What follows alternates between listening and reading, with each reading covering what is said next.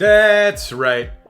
Back at it again, Full Custom Hot Dog here, doing a movie review of the Shudder exclusive film, Monster Party. And I was pretty eager to watch this, since this shares the title with one of my favorite shitty Nintendo games. Not to be confused with Party Monster, Monster in My Pocket, or My Pet Monster. Monster Party. Directed by Chris von Hoffmann, released in 2018, but I don't think it came to Shudder until recently. Chris von Hoffmann, someone I'm not too familiar with. He directed films such as Drifter, White Trash, Fuel, Junkie. I don't know any of these titles, just pulling this off of IMDb. So, if you've seen any of these or are familiar with his work, and you've got a recommendation, let me know. I'll check it out. I like this movie enough, so if I did see a Chris von Hoffmann joint, maybe I would check it out if I saw one up on a streaming service somewhere. So, what is this film about? Well, IMDb is very succinct here. It says, 3 young thieves infiltrate a Malibu dinner party. Yeah, that's correct. Let's see what Shudder says about its movie, considering that doesn't really tell you everything that's in store for you here. 3 small-time thieves specializing in home burglary pose as caterers for a fancy dinner party at the Malibu mansion of the extravagantly wealthy Dawson family. But their plan for the perfect heist goes horribly wrong when they discover that the Dawsons and their guests are actually a support group of recovering serial killers. When one of the addicts can't resist the urge to attack, this simple cash grab comes an all-out battle for survival where no one is safe. A Shudder exclusive.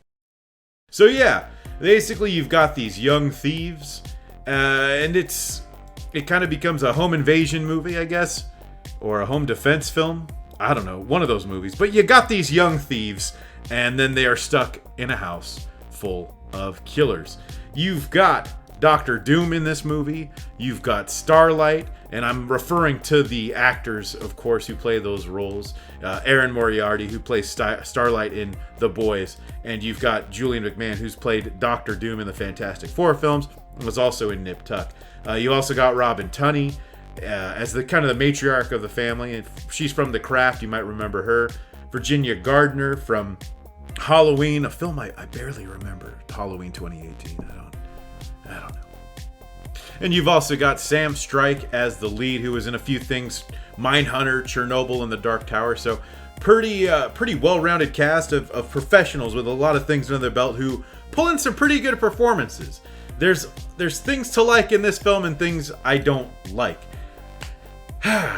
Now, when I talk about films, I feel bad because there's things I sort of want out of movies, and when they don't deliver, I feel let down. And maybe that's a personal problem, so definitely feel free to bust my chops here, but when I have killers in a movie, I like them to have a shtick or something, you know, not just be like, I'm a guy with a knife, and then you're gonna die. Get a little wacky on me. Have like a signature knife or a signature move.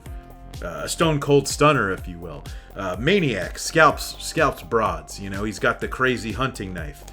Give me something, a cool mask.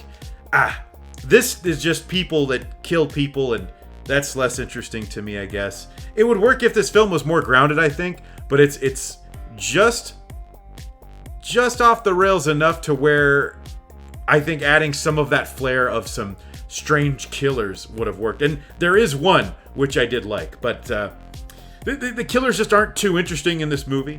You've got a nondescript guy with a knife. Kind of scary, I guess. A guy with an owl mask and a knife. That's scarier.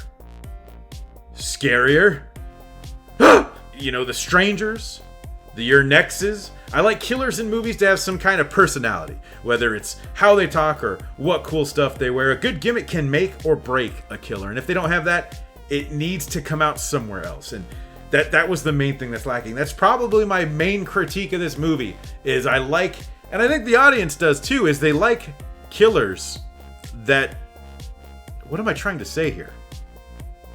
Give the audience reasons to like your killers. And like I mentioned, there is one that's a little off the rails, and it was pretty fun. And that kind of That's kind of when you know what you're in for is when that scene happens, and I won't say what, but you'll know. Trust me, you'll definitely know. This film also has the plot of rich people bad and get away with murder, which is kind of a trope I'm tired of. I feel like that's something I talk a lot about here, or tropes I'm tired of. I'm not tired of break-in films or heist movies or intruder films, but the trope of like these rich people, they a bad guy. That just, you kind of lose me because I feel like it's been so done to death already, and I need something a little bit more fresh than rich people kill people and get away with it because they're rich people. It just doesn't do much for me these days. And now it sounds like I'm being pretty negative and slamming this movie, riding on these points that maybe aren't a big deal to a lot of people. But I can say that I do recommend this. I know I said a lot of negatives, but it kept my attention. And I was into the movie the whole time. I was wanting to see where it goes next, and it was full of surprises. And at that, it did what a good movie, and especially a good horror movie, is supposed to do. Keep you on your toes, keep you guessing, keep you wondering what's around that corner. All of that being said, my main problem, besides the killers thing that I keep crying about like a baby, is I don't like the ending at all. Because I feel like it ruins a character that shouldn't have been ruined. It doesn't add up to me, and I don't like to do spoilers, so you're not going to hear me rag on this ending, but I don't think it fits, and I will stand by that. You can holler at me in the comments, and of course I'd love to hear what you think about this movie, but the ending is great on paper, but I think does not fit in execution, and could have been done just a lot more low-key, and it just made for a better, more well-rounded movie, I guess. But those are my thoughts on this movie. Definitely let me know what you think in the comments, of course. I always like to hear from you.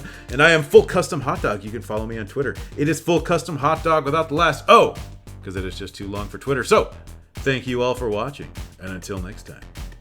If you like what you see, I love what I see. Make sure to hit that subscribe button and the bell for notifications so you can watch whatever comes next. And if you like the music you hear, you can follow me on SoundCloud and Spotify. Check the description for links.